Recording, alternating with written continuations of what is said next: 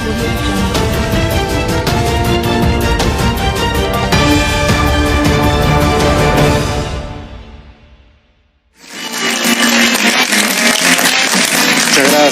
gracias.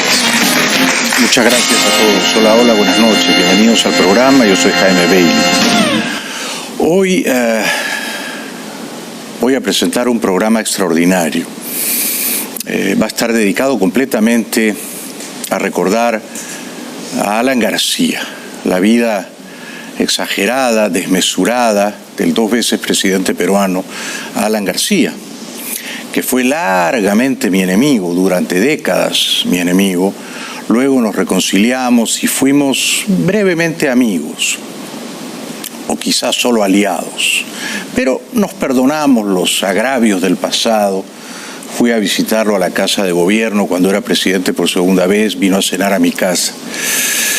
Y lo primero que tengo que decir sobre la muerte, el suicidio de Alan García esta mañana en Lima es que me dio mucha pena, me entristeció profundamente que su vida terminara de esa manera tan repentina y trágica, ¿no?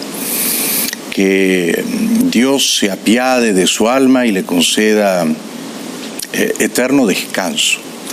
No me he alegrado con su muerte, no me alegro yo con la desdicha y la miseria y el oprobio de quienes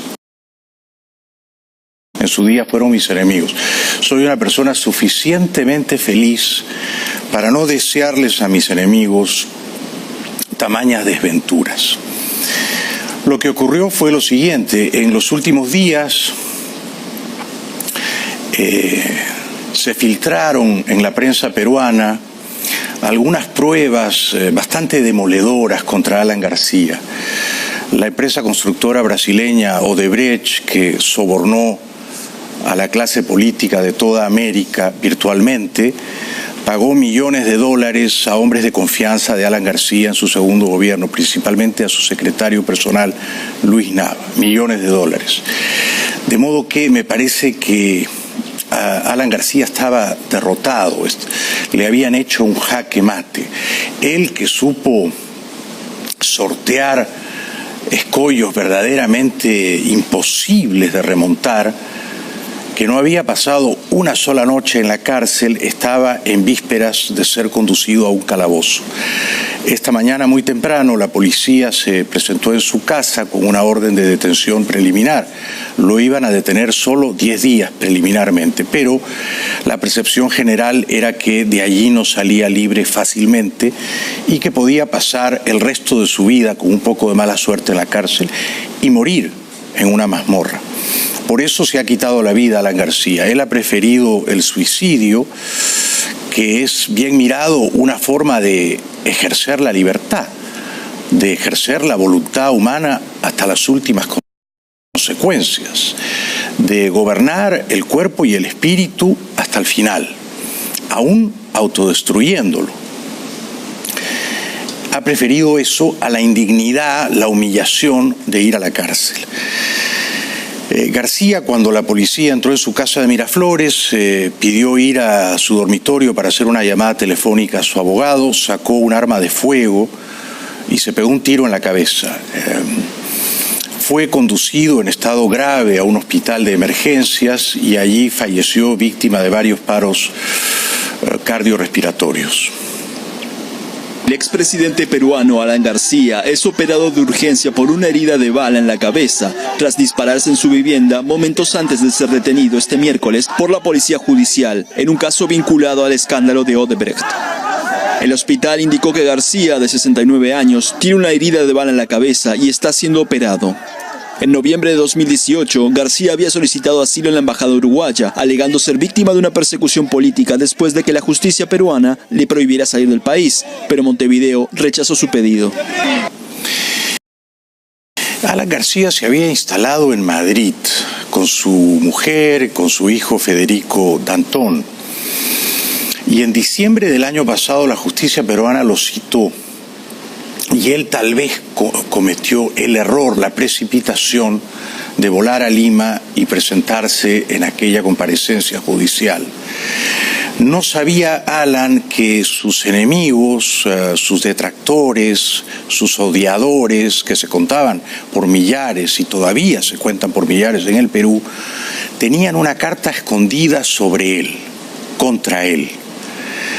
Y esa carta escondida era la prueba de que, ya siendo expresidente por segunda vez, un año después de entregar el poder en 2011, había dado una conferencia en Sao Paulo, Brasil, por la que había cobrado $100.000. Y le habían pagado no los empresarios de esa ciudad brasileña, sino Odebrecht. De haber sabido eso, Alan García quizás no habría viajado a Lima en diciembre. Viajó, se presentó a la justicia, decretaron impedimento de salida del país, se refugió en la Embajada de Uruguay, pidió asilo, no le fue concedido, y en ese momento todos los duendes del azar se conjuraron contra él. Su suerte parecía echada. Además, las pruebas contra él se fueron acumulando una tras otra. Camus, Albert Camus, el gran escritor francés que con el tiempo tenía toda la razón, a diferencia de Sartre, que en su día fue mucho más popular, pero que estaba equivocado en casi todo. Camus decía que el único problema filosófico verdaderamente serio de la condición humana era el suicidio, y que el suicida debía dilucidar si su vida era digna o no de ser vivida. Y yo creo que Alan García comprendió que su vida hoy, 17 de abril, por la mañana, ya no era digna de ser vivida, o que su vida, vivida malamente en un calabozo peruano, era una indignidad que él no quería permitirse a sí mismo y sobre todo permitirles a sus enemigos. Creo que por eso, en parte, se ha matado. El expresidente de Perú, Alan García, se suicidó el miércoles. Había sido trasladado al Hospital de Emergencias Casimiro Ulloa de Lima y, según la ministra de Salud, Zulema Tomás, sufrió múltiples paros cardíacos. El exmandatario se disparó en su cabeza poco antes de ser arrestado por la policía, que había presentado una orden de detención preliminar judicial hasta por 10 días por la presunta comisión del delito de lavado de activos en un caso vinculado al escándalo de Odebrecht que investiga una fiscalía especializada. Bueno, Platón justificaba 3 tipos de suicidio, y uno de ellos es cuando uno se ve obligado a suicidarse por una desgracia insoportable. Y yo creo que para Alan García la idea de pasar 10 días confinado en un calabozo hediondo era una desgracia insoportable. Él no soportaba esa desgracia y por eso se ha matado, ¿no? Asimismo, Shakespeare le hizo decir a Romeo, el amante suicida, la vida fue mi tormento, la muerte será mi descanso, ¿no? Y entonces yo creo que Alan García, como Romeo, se ha matado para descansar. Iba a cumplir 70 años el próximo 23 de mayo, es decir, en un mes. Y no quería seguir viviendo fatigosamente en un calabozo. Para él, creo, el suicidio era un acto de libertad, un acto de liberación de la pesadilla en que se había convertido su vida. El expresidente de Perú, Alan García, muere tras dispararse en la cabeza cuando era detenido en su domicilio. García, que se disparó cuando los agentes entraban en su casa, era uno de los imputados por la justicia peruana por presuntos delitos de corrupción vinculados al caso Odebrecht. Tras el disparo, el expresidente peruano fue trasladado al Hospital Casimiro Ulloa de Lima. Según diversos testigos, editados por los medios locales, entró en el centro sanitario cubierto con una manta roja. Cubierto con una manta roja. El escritor alemán, que fue un gran poeta y dramaturgo, Goethe, yo no hablo el alemán, mi mujer lo habla, dijo en su día que el suicidio solo puede ser entendido como una debilidad del hombre. Esto a mí me deja pensativo, ¿no? O sea, el suicida es un débil, es un cobarde,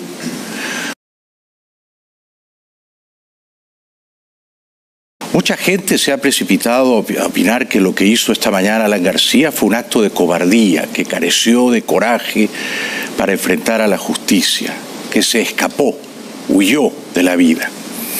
Yo no sé si todo suicida es un cobarde, ¿eh? Yo creo que a veces el suicidio es un pequeño acto desesperado.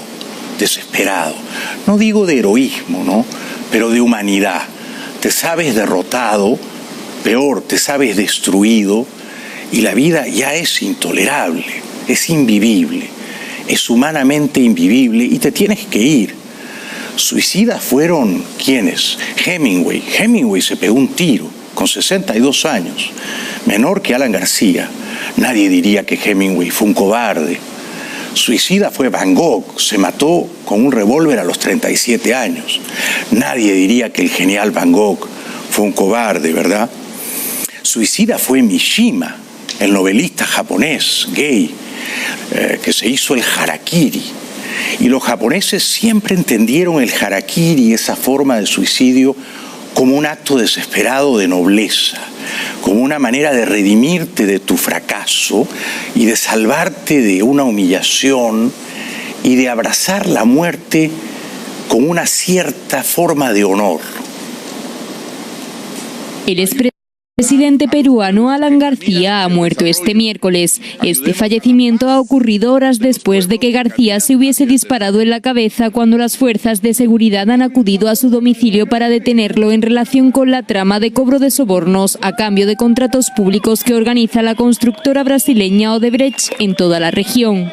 La noticia de la muerte de García ha sido anunciada por los miembros del APRA, el partido político del expresidente Omar Quezada y Nidia Vilchez, desde el hospital donde estaba siendo operado de urgencia, según medios peruanos. El desencadenante del trágico suceso es la orden que la Fiscalía emitió a medianoche del martes, hora local, pidiendo 10 días de prisión preliminar para García y otras 8 personas. Bueno, el suicidio es un tema fascinante. A mí, que soy un suicida frustrado, que he tratado de quitarme la vida tan precozmente como a los 20 años, tomando todas las cápsulas de un frasco de somníferos, pero sobreviví. Las plegarias de mi madre me salvaron. Yo he tenido siempre una solapada admiración por los suicidas, ¿no? No por todos, claro, ¿no? Pero sí por algunos, sobre todo por los suicidios artísticos, ¿no? No exentos de una cierta locura y de un cierto heroísmo, ¿no? Fíjese que ya en el siglo XVIII David Hume decía: un individuo, un hombre que se retira de la vida no hace daño alguno a la sociedad. Y es verdad. Ahora bien, algunos enemigos rencorosos o biliosos de Alan García dirán que el Perú hubiera sido una mejor sociedad viendo a Alan García en la cárcel, que él se lo merecía largamente, que las pruebas eran irrefutables y que aquella hubiera sido una lección moral para los próximos políticos que quieran llegar a la presidencia. Sí, es un punto. Yo hubiera preferido que no se matara. Yo hubiera preferido que enfrentara estoicamente a la justicia, como enfrentó con gran resistencia, con no poca tenacidad, la larga travesía por el desierto cuando tuvo que vivir exiliado durante la dictadura de Fujimori. Yo hubiera preferido que él se enfrentara a la justicia, pero no estaba yo en sus zapatos, ¿no? Y probablemente él pensó: no quiero morir en la cárcel, no quiero cumplir 70 años el próximo 23 de mayo en la cárcel y cumplir 80 años en la cárcel y obligar a mi mujer y a mis hijos a que vengan a visitarme en un presidio, en un correccional. Es una indignidad, es una humillación, es una indecencia.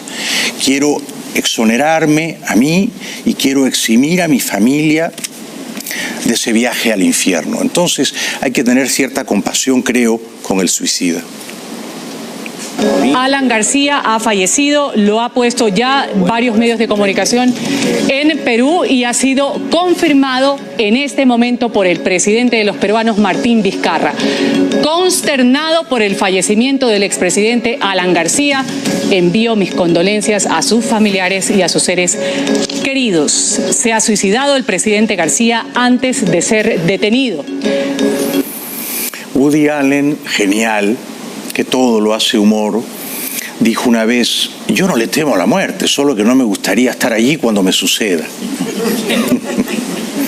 También dijo: no sé si hay una vida después de esta vida, pero si hay una vida después de la muerte, ¿tendrán cambio de un billete de $20?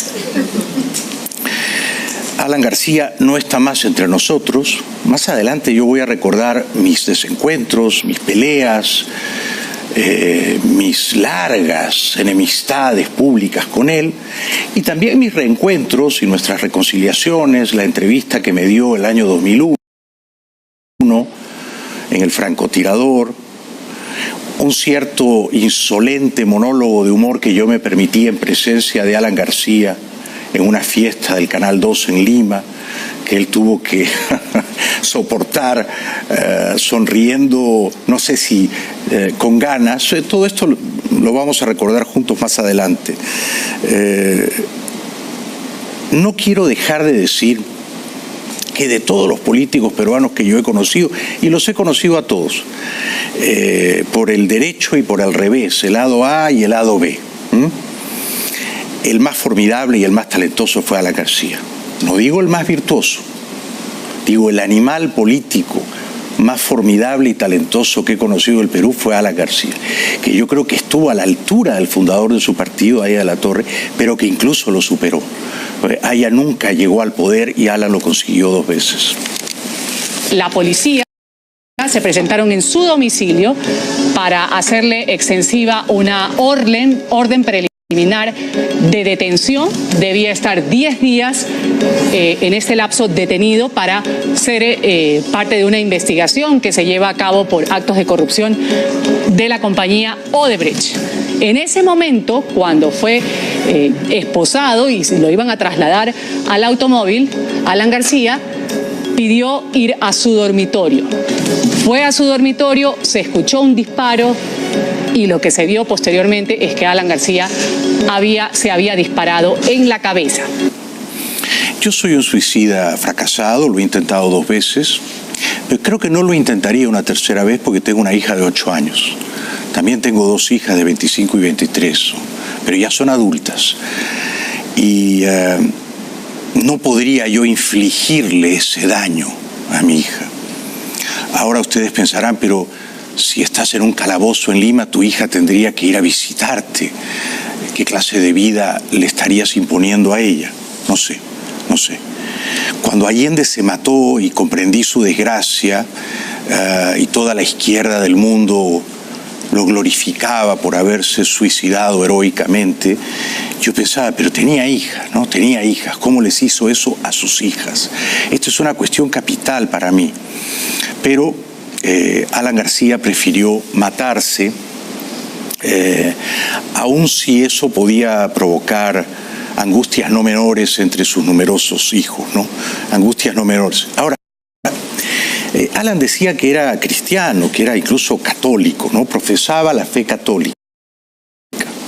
Pregunta: ¿todo católico que se quita la vida manipulando un arma de fuego ofende a Dios? O sea, suicidarse para la doctrina católica es un pecado grave, riñe con la voluntad de Dios. Se supone que Dios es nuestro creador, que Él decide cuándo se inaugura nuestra vida y cuándo se clausura. Entonces, el suicida es un deicida, se mata a sí mismo y al hacerlo mata a Dios. No son pocos los creyentes que creen que el suicida merece castigo de Dios. Yo no lo veo así y creo que la doctrina católica ha evolucionado y se entiende que el suicida es un individuo que sufre, un cuerpo doliente, y además probablemente alguien que sufre de severos trastornos mentales. Y Alan sufría de eso y por eso nos enemistamos el año 85. se dice pronto, ¿no? Pero han pasado 34 años. Yo tenía 20 y él tenía 35 años, y él estaba en víspera de ser presidente del Perú. Y yo, que era bipolar, pero no lo sabía, le pregunté a Alan García si estaba medio loco y si lo habían sometido a la cura del sueño. Y las dos cosas eran ciertas, que él estaba medio loco y yo también. Y que éramos dos bipolares más o menos incurables. Y por eso él no me perdonó y me sacó de la televisión, pero de eso hablaremos un poquito después. Lo cierto es que yo no creo que el suicida en una circunstancia desesperada, que es un enfermo, que sufre trastornos, ofenda deliberadamente a Dios. El suicida se provoca deliberadamente la muerte, pero no creo que el suicida sea un deicida también. Mucha atención, acaban de confirmar la muerte de Alan García, el expresidente de Perú. García se habría disparado en su domicilio de Lima en el momento que era detenido por orden de la justicia peruana por presunta participación con los delitos de corrupción en el caso Odebrecht. García fue jefe de Estado de ese país entre 1985 y 1990 y también entre 2006 y 2011. Fuentes médicas indicaron que el expresidente fue ingresado al hospital con disparo de arma de fuego en el lado derecho de la cabeza. A pesar de que los médicos del hospital Casimiro Ulloa hicieron todo lo posible para salvar su vida, fue imposible. Yo no voy a decir esta noche si Alan García era culpable o inocente. Me parece que ese no es mi papel y que sería una cosa perfectamente impertinente sobre un cadáver todavía tibio hacer yo de fiscal arbitrario e insobornable. No voy a decir eso. Prefiero citar a Conrad, el gran escritor Conrad, que decía: yo no quería ahogarme, solo pretendía nadar y nadar y nadar hasta hundirme, que no es lo mismo. Entonces, nadie sabe lo que está en la cabeza del suicida, nadie. Y a propósito de la cabeza del suicida, esta imagen a mí me conmovió y me traspasó y me recordó la precariedad de la condición humana. Alan García, cuando ganó la presidencia con 35 años, Alan García era Julio Iglesias, Alan García era Frank Sinatra, Alan García era una criatura mitológica. Casi el Perú entero, no yo, lo adulaba, se prosternaba de rodillas ante él. Era alto, espigado, guapo, tenía un verbo caudaloso, una simpatía arrolladora. Era un hipnotizador, un seductor de multitudes. Había nacido para ser presidente. Y que ahora Alan García sea esta placa, esta tomografía de su cráneo perforado por una bala, nos recuerda que somos polvo y olvido y que seremos nubes, ¿no?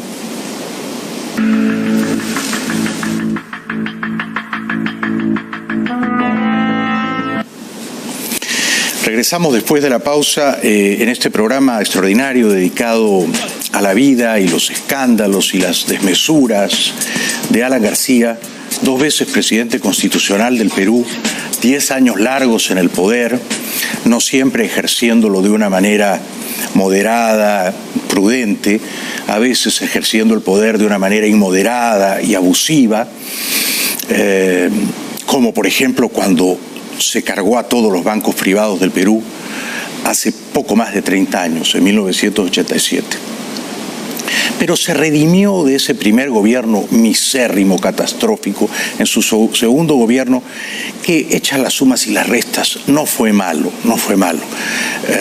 Regresamos con todo eso después de la pausa. Voy a recordar mis peleas con Alan, nuestros desencuentros y reencuentros, la entrevista que me dio cuando ya nos habíamos reconciliado, la noche tardísimo, a medianoche en que lo visité en la casa de gobierno, la noche en que vino a comer en mi casa con su novia y yo con mi primera esposa todavía.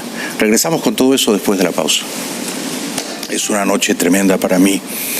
Si el suicidio que él eligió, que él se infligió, ahora que ya no está entre nosotros, los vivos, y que ha pasado a la vida eterna, hace lucir a Alan García culpable o inocente, ¿no? Yo no creo que nadie cambie mayormente su percepción de él luego del suicidio. O sea, todos los que, y eran amplia mayoría en el Perú, ya lo habían condenado, ya lo creían culpable, dirán, se mató porque era culpable, se mató porque no podía probar en tribunales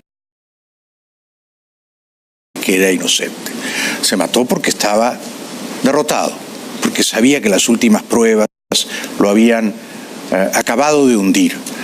Pero esas personas ya lo habían condenado antes. O sea, en el tribunal de la opinión pública en el Perú, Alan García ya estaba condenado y sentenciado a cadena perpetua, a morir en la cárcel, como leía. Ahora, aquellos que lo creían inocente, que lo creían víctima de una conspiración, que él no había recibido nada, que los pagos que hizo Odebrecht a sus principales colaboradores, a su secretario personal, habían ocurrido a sus espaldas sin su consentimiento, que esos colaboradores habían traicionado a Alan, habían sido pérfidos, felones, habían lucrado indebidamente de la confianza que Alan había cifrado en ellos. Aquellos que lo creían inocente dirán ahora se mató porque no toleraba la injusticia de que un hombre perfectamente inocente fuese injustamente conducido a la cárcel por el resto de su vida, o casi. O sea que yo no creo que el suicidio altere mayormente la percepción de la opinión pública sobre él. Si él me hubiera pedido un consejo, yo le hubiera dicho lo que Fidel Castro le aconsejó a Hugo Chávez en 2002, cuando Chávez estaba brevísimamente preso y nadie soñaba con que unas horas después iba a recuperar el poder, porque los generales golpistas se arrepintieron y lo devolvieron a la silla presidencial de la cual lo habían removido casi a patadas. Fidel Castro le dijo a Chávez entonces por teléfono: no te mates, no cometas la bobería de matarte, no hagas lo que hizo Allende, eres un hombre joven, la vida es larga, ya volverás al poder. Y volvió en pocas horas. Yo le hubiera aconsejado a Alan García: no te mates, resiste, enfrenta la suerte contrariada, se comprende el miedo torero, pero si de verdad eres inocente, entonces enfrenta a los tribunales y demuestra tu inocencia. Y si te meten en la cárcel por ser inocente, a pesar de ser inocente, entonces enfrenta la carcelería con la sabiduría ejemplar con que, por ejemplo, la afrontó Mandela. Si tú eres un cristiano y un hombre de fe, entiende que esa carcelería, que para ti es una injusticia monumental, entraña también una lección de vida. Sé humilde, adelgaza el ego, lee, escribe tus memorias, pero no hagas caer el telón del gran teatro de la vida de esta manera. Esto es lo que yo le hubiera aconsejado. CNN Chile esta mañana. Un principio además había hablado que el tiro era a la altura del cuello y luego este disparo cuando se confirmó incluso con el parte médico del hospital hablaba de un tiro en la cabeza, y tal como tú dices, Vero, había sido un proyectil sin salida, y eso ocurrió además con la precisión que hicieron desde el hospital tanto la ministra de Salud como el director del propio recinto, y por eso la prensa pregunta, porque ya la información a ratos parecía confusa. Bueno, el periodista peruano más poderoso es un señor que se llama Gustavo Gorriti. No tiene una presencia mediática muy visible. Quizá 2 de cada 3 peruanos no saben quién es, pero se mueve en las sombras con una gran sagacidad. Y tiene amigos fiscales y amigos jueces, y él se ha encargado de, por ejemplo, poner en prisión a Fujimori, y a pesar de que Fujimori fue indultado, ponerlo de nuevo en prisión, o instalar también en una mazmorra a la hija de Fujimori, a Keiko, 2 veces candidata presidencial. Fue, creo yo, el señor Gorriti quien reunió las pruebas más contundentes contra Alan García. Por eso, hace no mucho, Alan, en la puerta de su casa de Miraflores, que por supuesto sus odiadores y contradictores no querían que él poseyera, porque alguna gente particularmente rencorosa en el Perú cree que los expresidentes deben vivir abajo de un puente, ¿no? O en un vehículo abandonado, pero no pueden tener casa propia. Bueno, Alan García decía que Gorriti presentaba unas pruebas febles que no lo incriminaban, porque incriminaban a otras personas, a colaboradores colaboradores suyos en su segundo gobierno, pero, decía García, no hay ninguna prueba de que Odebrecht me haya dado dinero a mí. Quisiera decirles simplemente, en todos los documentos presentados por el IDL Gorriti, ni se me menciona, ni se me vincula con ningún indicio o delación a ningún recurso de Odebrecht, como ha sido a lo largo de todos estos años. De manera que, terminantemente, yo espero que las personas mencionadas respondan, hagan sus descargos y que el día 23 el señor Barata termine con esta telenovela. Bueno, veremos qué dicen las personas aludidas, ¿no?, que recibieron millones de Odebrecht. Desde luego los enemigos de Alan García dicen que esas personas recibieron el dinero porque Alan era demasiado astuto para recibirlo él a su nombre, ¿no? La conferencia sí que la cobró a su nombre, pero era expresidente. En cambio, quienes creen tosudamente que Alan García era inocente dirán que esas personas lo traicionaron y recibieron los dineros furtivamente a espaldas de Alan, ¿no? En esto es difícil que nadie cambie su opinión después del suicidio de Alan García esta mañana. Lo cierto es que ya Alan García había sido investigado muy prolijamente, muy minuciosamente después de su primer gobierno. Un gobierno que fue muy demagógico, que fue inmensamente nocivo, pernicioso para el Perú, dejó al Perú en ruinas y que fue salpicado de grandes escándalos de corrupción. Alan decía, ya me han investigado muchísimo y no han podido probar nada porque yo no me vendo. Soy el hombre más investigado del Perú en los últimos 30 años y lo que tengo es absolutamente producto de mi trabajo y así se ha demostrado durante todo este tiempo. Mientras tanto, conservo serenidad y tranquilidad porque les repetiré hasta mi muerte. Otros se venden, yo no. Pero no supo conservar esa serenidad ni esa tranquilidad hoy por la mañana, ¿no? El fiscal había ordenado ayer a medianoche la detención. Es de presumir que Alan pasó toda la madrugada despierto, sabía que venían a apresarlo, muy probablemente escribió algunas cartas de despedida a su mujer, a Rosana, a sus hijos, 2 hijos varones, a sus hijas mujeres, no lo sé, estoy especulando. Pero no creo que haya sido una decisión repentina o atropellada la de suicidarse. Me parece que él la habrá evaluado y barajado cuidadosamente durante toda la madrugada. Y está claro que perdió ese sosiego o ese aplomo del que solía jactarse en las horas aciagas, ¿no? Le tocaba una hora difícil, pero no era la primera hora difícil que él enfrentaba. Había enfrentado horas durísimas. El año 92, cuando Fujimori se convierte en un dictador, da el golpe de Estado, cierra el Congreso, Fujimori ordena que vayan a matar a Alan García. Y García escapó de su casa saltando por los techos y se escondió en la casa de quien había sido primer ministro de Fujimori, Juan Carlos Hurtado Miller. Entonces, uno hubiera pensado que Alan tenía ya la piel de elefante, ¿no? Y que estaba curtido, endurecido, después de tantas luchas políticas, y que no se dejaría amedrentar o arredrar por sus enemigos, pero la tranquilidad lo abandonó en esta hora final. En una reciente entrevista radial con RPP se defendía así. Allí buscaron, había un fiscal que se pasó buscando si Odebrecht había depositado millones en esas asociaciones que no tuvieron ni un sol.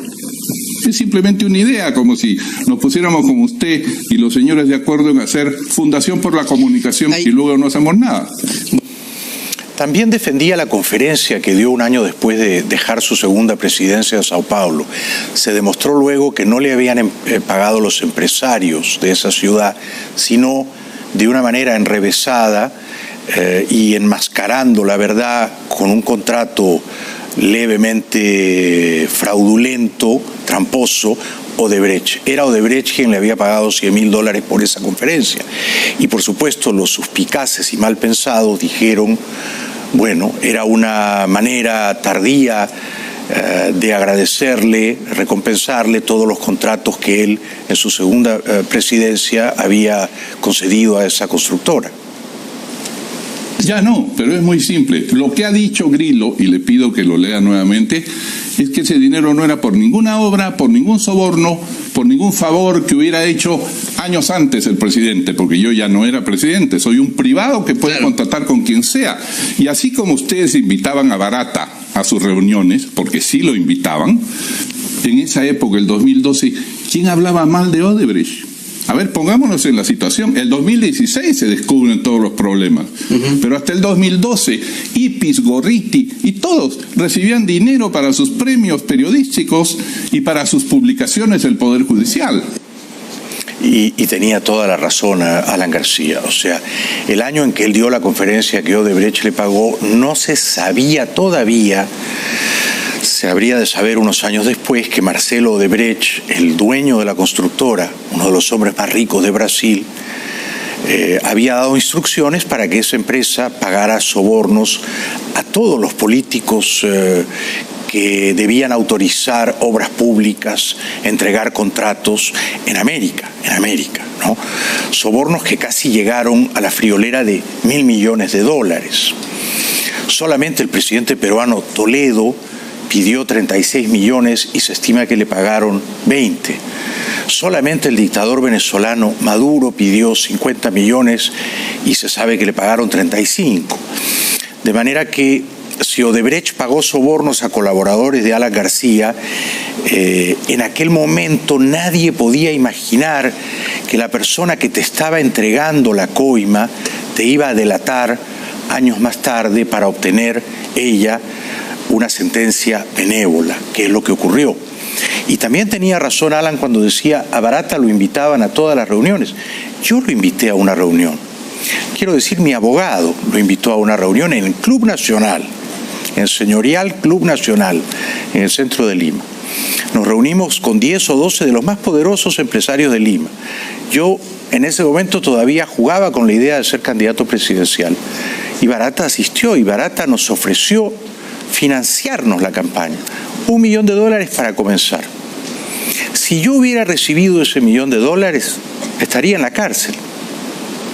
Como fueron a la cárcel Humala y la señora Keiko Fujimori, como está ahora con prisión preventiva el señor Kuczynski, que recibió más de $4 millones siendo ministro de Economía de Toledo. Entonces, en ese momento nadie sabía que el gran sobornador, que el gran corruptor Odebrecht iba a terminar delatando a todos sus socios, que es lo que ocurrió y que es lo que terminó de hundir también a Alan García, sobreviviente de 1000 naufragios, pero no de el último, el de Odebrecht. Alan, antes de ir a la siguiente pausa, se preguntaba cuál es la obsesión contra mí, por qué me odian, por qué este odio sañudo, encarnizado, infinito contra mí. Hay una obsesión de muchos años, no de ahora, ¿no? Del tema Odebrecht. Y ya le he contado el informe Lark y todas las cosas del año 90-98. Una obsesión. ¿Yo qué culpa tengo de haber triunfado 2 veces en las elecciones? A veces me pregunto, ¿por qué? ¿Para qué? Bueno, yo hace muy pocos días escribí una columna. Yo escribo una columna semanal. Y era una breve reflexión sobre el oficio del político, ¿no? Y terminaba diciendo algo así, cito de memoria: el político es una goma de mascar. Te mastican y cuando te sacan todo el azúcar, te escupen. Y es así. Alan García conoció las glorias azucaradas, las cumbres almibaradas del poder, de la adulación, ser el mandamás. Y también conoció, por supuesto, el abismo, la humillación, la soledad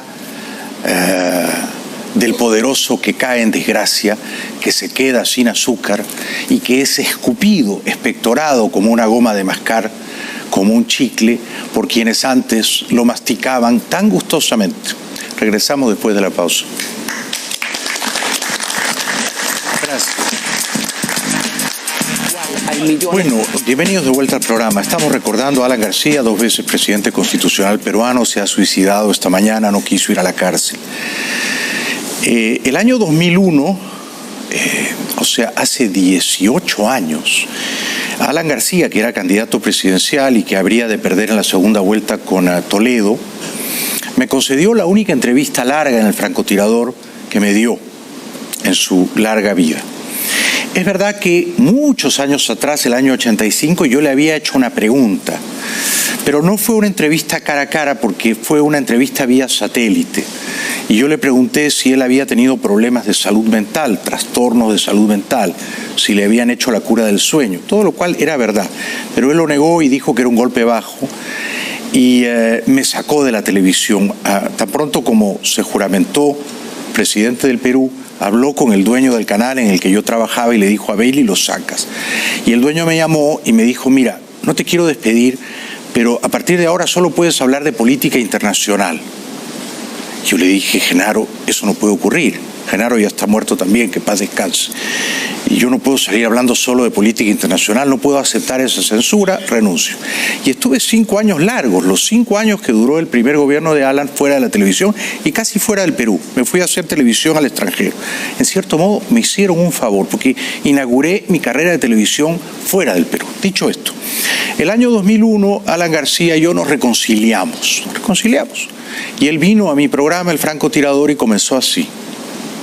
Gracias por venir, Alan. ¿Cómo está usted? Muchas gracias, Jaime, y muy contento de estar en El Francotirador, en el último programa que tiene usted, y al que llego después de haber sido convencido por todas esas llamadas y súplicas que usted ha hecho. Pero esencialmente porque tuvo la gentileza de visitarme en mi casa, y a quien me visita yo no puedo negarle la correspondencia, por eso estoy aquí.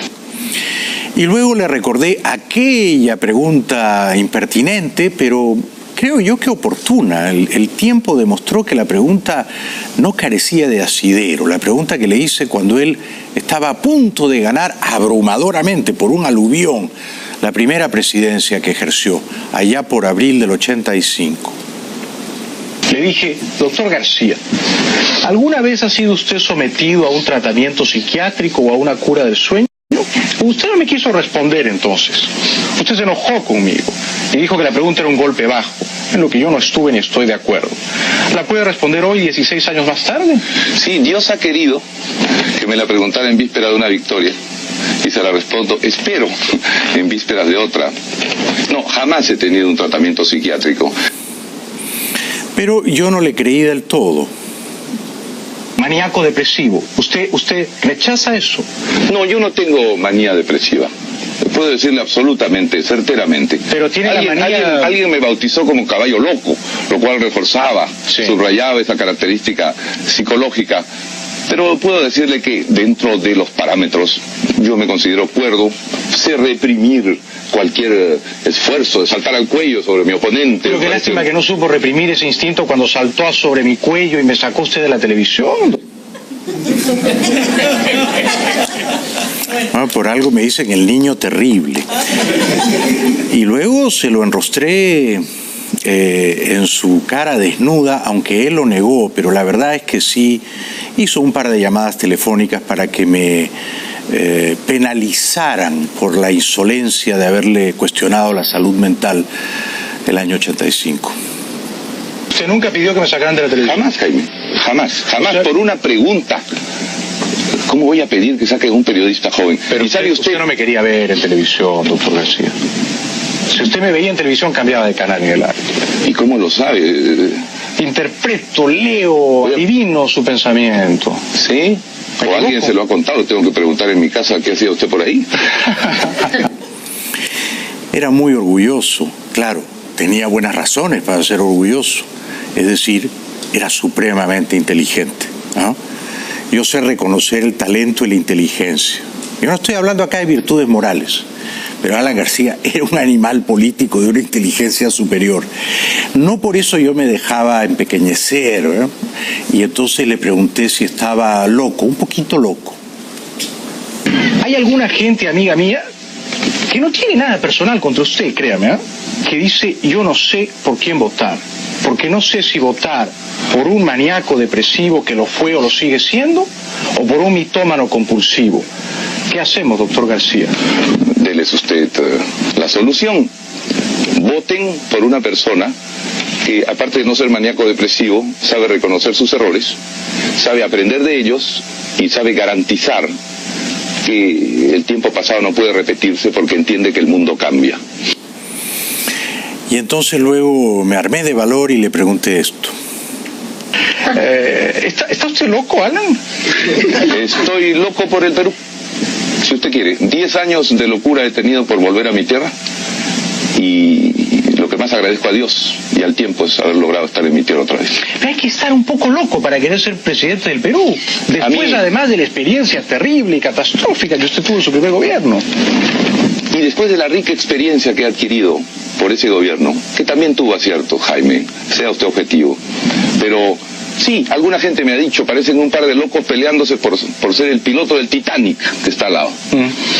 El Perú está en un grave lío, un grave problema emocional, político, moral, económico, social.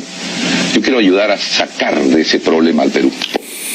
Dos reflexiones brevísimas. Su primer gobierno, si tuvo aciertos, no los recuerdo. Fue verdaderamente catastrófico. Fue peor que malo, fue peor que paupérrimo. Sin embargo, su segundo gobierno lo redimió de ese fracaso, ¿no? Y luego, al verlo, recuerdo su orgullo, ¿no? Su vanidad, su ego imperial. Y yo creo que hoy por la mañana el orgullo le jugó una mala pasada. El orgullo lo intoxicó. Le hacía falta un poquito de humildad para ir a la cárcel. Había que ir humildemente a la cárcel. Aun si él se creía inocente, creo que en la cárcel habría aprendido muchas cosas de la vida, de la condición humana, del tránsito pasajero, ¿no? Por acá. Y me entristece que se haya privado de ese aprendizaje, doloroso sí, ¿no? De la vida, de este viaje y de la condición humana. Creo que le faltaron en este momento humildad y sabiduría para resistir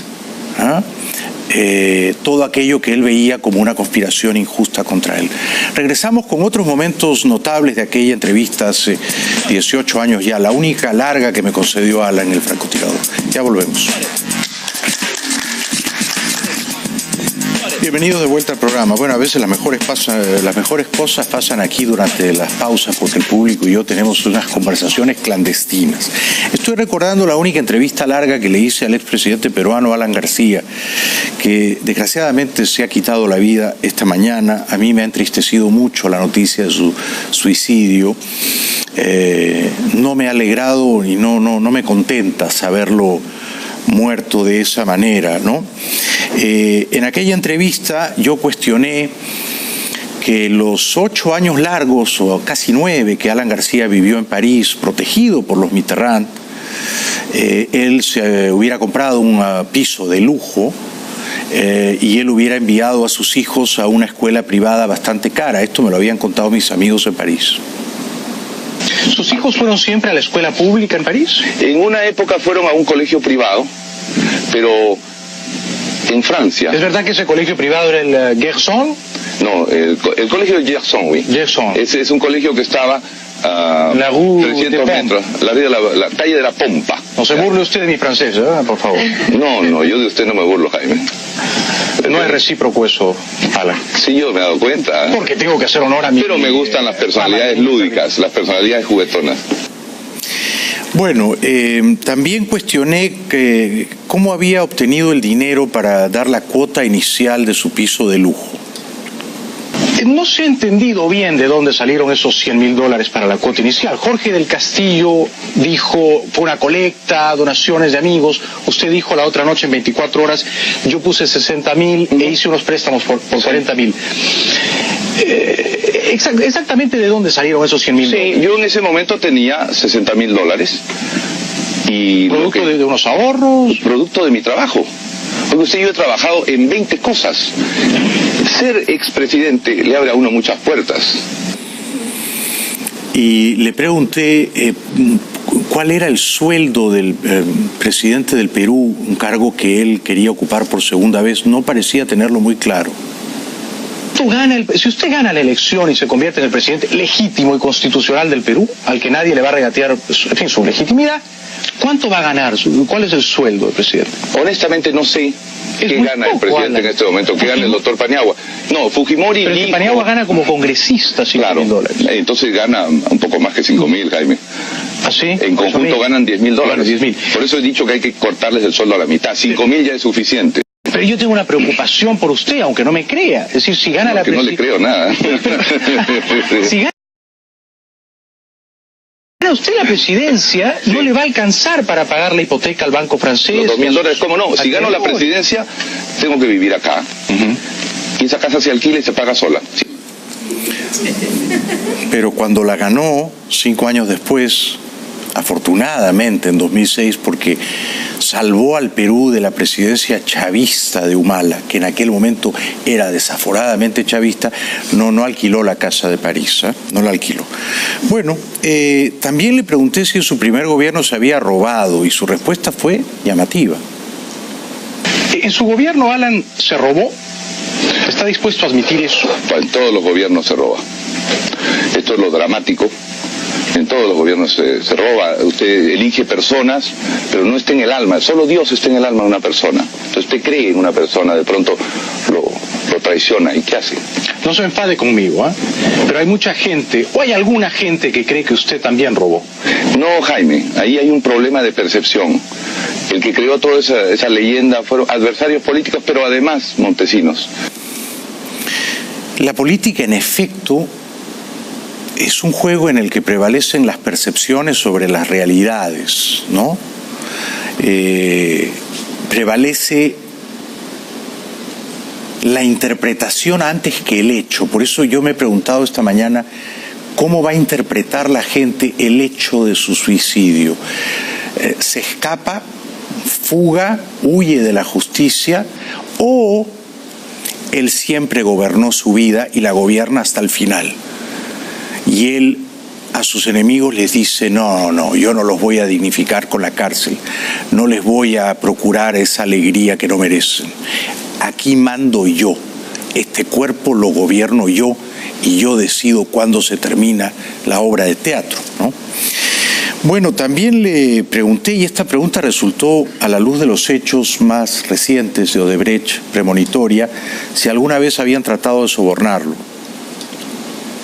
Nunca, Alan, siquiera intentaron sobornarle, coimearle, es decir, nunca alguien osó ofrecerle un soborno. No se lo creo, oiga. No a mí directamente. Pero le ofrecieron negociados, comechados. Gente que dice que a cambio de hacer un gran negocio pueden ayudar al partido, eso se escucha. ¿Usted rechazó alguna vez un negocio turbio o ilícito que le propusieron? No, nadie ha tenido la audacia de proponerme un negocio turbio. Nadie. Bueno, no le hice preguntas tan fáciles, ¿no? Fue una entrevista, yo creo que aguerrida. Este es otro momento de aquella entrevista. Suerte de ADN legal que usted no se ha hecho, que era ir a los tribunales y decir, yo soy un hombre inocente, júzguenme. Pero dos cosas, querido Jaime. Sí. Primero, del 90 al 92 yo estuve en el Perú dando la batalla diariamente. Fui absuelto por la Corte Suprema. Pero la Corte Suprema se negó a juzgarlo. No, es otra cosa, porque yo puedo decir que usted se ha robado Canal 2 y la Corte se negará a juzgarlo porque no hay ninguna evidencia sino un rumor. ¿Me entiende? No, la manera de verlo a Alan García esposado y respondiendo como un delincuente. Muy bien. Pero lo que ha hecho la Corte Internacional, la Comisión Interamericana de Derechos Humanos, es decir que ya hay un tema juzgado. Y eso es lo que ha permitido que la actual Corte Suprema diga, nos acogemos a este criterio. Y creo que esta fue una de las últimas entrevistas públicas que él dio. Él era renuente a las entrevistas. Le pregunté por su patrimonio. Puedo que me responda minuciosa y francamente a esta pregunta. ¿Cuánta plata tiene usted en cuentas bancarias en el extranjero? En este momento en cuentas bancarias tendré en mi cuenta personal unos $6.000. La cuenta profesional debe tener $1.000. Garidel, la empresa de transporte, ya no tiene cuenta en este momento. De manera que yo, cuando han venido mis hijos, remito lo que me cobra aquí la doctora Judith de la Mata y una pequeña ayuda que se usa para que sigan pagando los $2.000 de la hipoteca y además los gastos que tiene la casa. Vamos a la publicidad, seguimos luego recordando la vida de Alan García o cómo su vida y la mía se entrelazaron más de una vez, colisionaron más de una vez y luego al final terminamos reconciliándonos y me alegro de eso. Yo no lo veía ya como un enemigo y no deseaba desgracias para él y no me parecía urgente que lo encarcelaran, pero de todo eso voy a hablar después de la pausa recordando un pequeño monólogo de humor que yo, con gran irreverencia y a despecho del dueño del canal que estaba allí sentado, el señor Ifcher, le eché en la cara a Alan García hace unos años. Por suerte él se rió. Regresamos. El año 2006, Alan García se presentó a la presidencia del Perú por tercera vez. Había ganado la primera vez el 85 y perdido la segunda en 2001. Pasó a la segunda vuelta y salvó al Perú del chavismo peligrosísimo de Humala. Yo en segunda vuelta lo apoyé, un poquito en clave de humor, pero lo apoyé. Así es que Jimé y yo queremos en ese sentido rendirle un homenaje a Alan y al maestro Víctor Raúl, al Partido del Pueblo, en el que siempre, de una manera discreta, hemos militado, ¿no, Jimé? Y ahora nos disponemos a votar por Alan en la segunda vuelta. Desde chiquitos, ¿no? Jimé me dice que era de la CHAP, de la JAP. Por último, quiero una vez más, después ya de usar el prendedor y de llevar aquí a Víctor Raúl detrás mío, al retrato de Víctor Raúl, que en realidad yo no sé si soy aprista o soy gay por Víctor Raúl, ¿no? Bueno, un tiempo después Alan ya era presidente por segunda vez, prevaleció en la segunda vuelta ante Humala, salvó al Perú del chavismo, qué alivio, y el canal de televisión en el que yo hacía el francotirador todos los domingos, yo tenía un programa aquí de lunes a viernes en Mega y viajaba todos los fines de semana a Lima a hacer el francotirador. Me pidieron que hiciera un pequeño discurso y Alan García, el presidente en funciones, estaría allí. Y yo decidí hacerlo en clave de humor y recordé que en el primer gobierno de Alan la gente pobre había pasado grandes penurias y padecimientos, no había leche y no había arroz y no había azúcar y la gente hacía larguísimas colas para comprar las cosas básicas para subsistir. Y esto se lo recordé de una manera lúdica al entonces presidente García. Es la primera vez en mi vida que hago una cola para entrar a este canal. Una larga, interminable cola de casi media hora. Yo pregunté por qué y me dijeron es que Alan está aquí. Bueno, ahora entiendo. Siempre las colas, Alan, ¿no? Siempre las colas. No se fatigue. Alan se reía, por suerte, pero el dueño del canal no se reía tanto y me lanzaba unas miradas de fuego. También me burlé de la edad, me parece a mí, un tanto precoz, 35 años, con la que Alan llegó al poder por primera vez. Yo me pregunto, después de todo lo que hemos vivido, ¿no será que 35 años es una edad temprana y catastrófica para ser presidente, por Dios? ¿No será muy pronto 35 años? ¿No podríamos cambiar eso en la Constitución a 40, digo yo? Es una sugerencia modesta y cordial, ¿no? Y aludí al baile del teteo. Después de este video les explicaré qué era el baile del teteo. Era un video que alguna persona me hizo llegar al canal y que yo propalé, difundí, en el cual salía Alan García bailando de una manera fogosa y agitando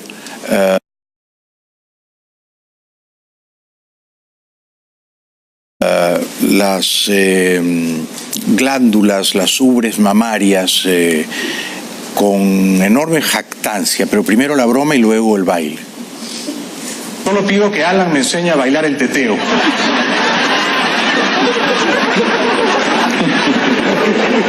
Yo moriría feliz. Alan sabe cuánto lo quiero, cuánto lo admiro y cuánto saludo su presencia aquí esta noche entre nosotros, porque demuestra un espíritu y un talante democrático. Venir a una casa donde a menudo se lo critica, y mi programa no es una excepción, y se lo critica con cierta aspereza y con cierta ferocidad, como corresponde a la prensa libre, pero corresponde también que un presidente libre y demócrata como es él sepa tolerar esas críticas y enaltezca con su presencia a la prensa libre en el Perú. Un aplauso para él, por favor. Ya nos habíamos reconciliado, ya no éramos enemigos. Y entonces, una vez alguien, sin decir su nombre, me envió este video. En una fiesta privada, Alan García salía bailando con una señora, pero era deliciosamente humorístico, como para no propalarlo, ¿no?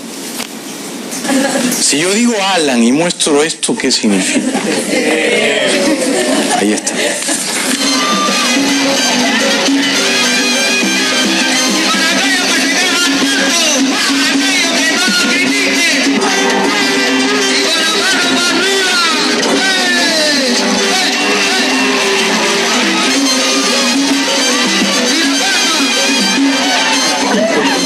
Todavía se ríe la gente cuando lo ve, ¿no? Es inmortal este video. Y lo es, ¿no? Lo es. Porque de alguna manera ponía en evidencia, muy a su pesar, el lado travieso, bufonesco, carnavalesco de Alan García, ¿no? Que podía ser un intelectual, pero también podía ser un bufón, ¿no? Y que tenía un gran sentido del humor. Bueno, en ese monólogo de humor le recordé a Alan que no quería venir a mi programa de televisión de nuevo, El Francotirador. Me había dado una entrevista y por lo visto no se quedó con un buen recuerdo y ya no me dio nunca otra entrevista.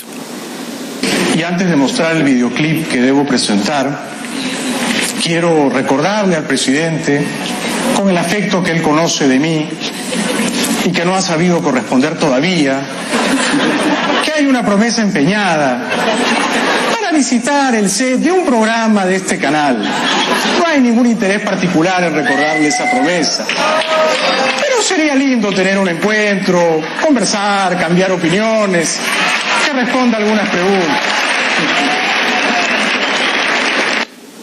Por suerte Alan se reía y en fin, ya nuestros últimos encuentros eran muy cordiales y me alegro de que ambos tuviéramos la grandeza de perdonarnos y de olvidar los rencores y enterrar los agravios del pasado, ¿no? Me alegro mucho. Así terminó este otro encuentro de nuestras vidas aquella noche en el Canal 2 de Lima. Si él incluso siente el deseo de que esa promesa se cumpla hoy, después de esta fiesta podemos pasar al estudio y yo le pago algunas preguntas. Esto es lo bueno de la tecnología digital, ¿no? Que le acerquen un micrófono ahora, entonces. Yo le formulo las preguntas desde acá. La tecnología digital permite estas cosas. Y si luego, bueno, quiere venir al programa, ya sabe que todos los domingos lo esperamos con las puertas abiertas. Este domingo, lamentablemente, ya me comprometí con Tongo, pero después, todos los domingos lo esperamos. Muchas gracias. Tongo, el gran Tongo, para quienes no están familiarizados con él, es un cantante popular peruano, muy obeso. Bueno, publicidad. Después de la pausa les voy a contar cómo fue una noche, a fines de 2010, Alan todavía era presidente por segunda vez, vino a mi casa a cenar con su novia Rosana, yo estaba con Sandra, mi primera esposa, al mismo tiempo tenía novio argentino y tenía novia peruana, pero ellos no estuvieron en la cena. Y esa fue la noche en la que yo le pregunté, pero Alan, no sé si lanzarme como candidato. Y él me dijo, pero por supuesto, lánzate, vas a ganar. Le dije, pero no me va a alcanzar la plata, el sueldo de presidente, yo gasto mucho dinero. Me dijo, no seas cojudo, llega sola. Y esto yo tuve el mal gusto, la infidencia, un horror, me arrepiento tanto de contarlo luego en público. Ya regresamos. A finales de la segunda presidencia de Alan García, vino una noche, yo había ido a visitarlo a la Casa de Gobierno, tarde, a medianoche, Yo no sabía si ser candidato presidencial. Tenía algunos numeritos en las encuestas no desdeñables. Había 2 o 3 partidos que me ofrecían la candidatura. O sea, podía hacerlo. Pero no sabía, no me animaba, ¿no? Me parecía que era altamente peligroso, que podía terminar muy mal y en efecto hubiera terminado fatal. Entonces le pedí consejo a Alan y él me arengó, me exhortó a ser candidato, ¿no? Me dijo que tenía que inscribirme con una agenda libertaria como la mía, y que él veía con muy buenos augurios esa candidatura libertaria. Entonces luego él vino a cenar a mi casa. Y en aquella reunión se habló de todo un poco, ¿no? Alan estaba muy preocupado con Humala. Me decía, yo creo que Humala va a ganar, y así fue. O sea, que fue muy visionario. Y él pensaba que Humala podía destruir a la democracia peruana. Yo también tenía ese temor. Y por eso en su día apoyé a la hija de Fujimori, porque no podía votar por el chavista, Humala. Bueno. Pero yo le pregunté a Alan por la plata, ¿no? Le dije, pero ¿tú cómo puedes vivir con el sueldo de presidente? Es un sueldo muy bajo, yo gasto muchísimo, mis hijas se van a ir a estudiar a Estados Unidos, las universidades, no me va a alcanzar el sueldo de presidente. Y él, en un tono distendido y como amigos, en un clima de confianza, intimidad, acompañado de su pareja, Roxana, me dijo, no seas cojudo, hombre, la plata llega sola, ¿no? No lo dijo de una manera, digamos, fea o delictuosa, no me estaba diciendo sé presidente y roba. Simplemente me quiso decir, cuando tú llegas a las cumbres del poder, seguramente luego escribes un libro y te pagan un montón, o te pagan más por las conferencias. Quizá esa fue la explicación benévola que yo, muerto Alan, que prefiero dar ahora, ¿no? Pero la frase me pareció tan buena que escribí una columna, un pequeño relato, contando ese encuentro, esa cena con Alan en mi casa. Y entonces fue un gran escándalo, ¿no? El título de esa columna era La plata llega sola, ¿no? Una frase que el resto de su vida, estos 9 años que siguieron a la publicación de esa columna, La plata llega sola, una frase que persiguió y atormentó al pobre Alan. Una vez publicada la columna y en medio del revuelo, él salió a aclarar en tono amigable estas cosas. Yo no sabía que Jaime era sacerdote y que tenía que hacer confesiones a donde Jaime. Segundo, tiene toda mi simpatía porque él es un intelectual, es un novelista, de manera que tiene licencia para interpretar como quiera las cosas. En algún momento de la conversación me mencionaba y me preguntó cuánto gana. Le dije, lo que gano. Gano teóricamente 16.000, pero con los descuentos de los impuestos realmente recibimos 12.000 soles. Y él decía, con eso no se puede mantener, en fin, estudiando en el extranjero a las chicas. Es verdad, reproducía con fidelidad nuestra conversación. El monto en soles que él daba, 12.000 soles, dijo, ¿verdad? Eran más o menos 3.000 a 4.000 dólares. No digo que ese sea un sueldo desdeñable, no digo eso. Digo simplemente que yo soy un engreído, un niño mimado, y que estoy acostumbrado a gastar más que eso. Entonces, la idea de constreñir mi presupuesto me parecía inviable. Yo me arrepiento de haber escrito esa columna y de haber contado las cosas que en privado hablamos Alan y yo. Me parece que fue indelicado, que estuvo reñido con el honor y con la caballerosidad, que lo que se habla en una cena privada no debería luego ser contado en público. Y me parece que yo traicioné la confianza que Alan tuvo en mí esa noche. Y con los años me he sentido mal de haberlo hecho, y a estas alturas, y estando él ya en otra dimensión, teniendo otra identidad, le pido disculpas. No debía hacerlo, no debía hacerlo. Estuvo mal que lo hiciera. Claro, también soy un escritor y el escritor lo cuenta todo, sobre todo lo que no se debe contar, sobre todo lo que se quiere esconder debajo de la alfombra. Me parecía una frase deliciosa, ¿no? Y Alan seguía explicando la frase arduamente, porque la frase lo persiguió como un fantasma el resto de su vida, sobre todo cuando salpicó el escándalo de Odebrecht y la plata llegaba sola por todos lados, ¿no? Yo lo que respondí fue, a la política uno llega para servir, para cumplir y para ganar ciertas gratitudes. Después de terminar su rol político, la plata viene sola, le pagarán 5 veces más por su programa, le pagarán 10 veces más por sus conferencias. Entonces no se llega a la presidencia para solventar bienes o cierto nivel de consumo. A eso me referí y lo dejo muy en claro. No hay que esas expresiones literarias en las que él sintetiza eso y hasta con una interjección no son exactas. Pero tenía razón, la plata llegaba sola. Barata de Odebrecht me ofreció $1 millón. O sea, sí llegaba sola. Ya regresamos.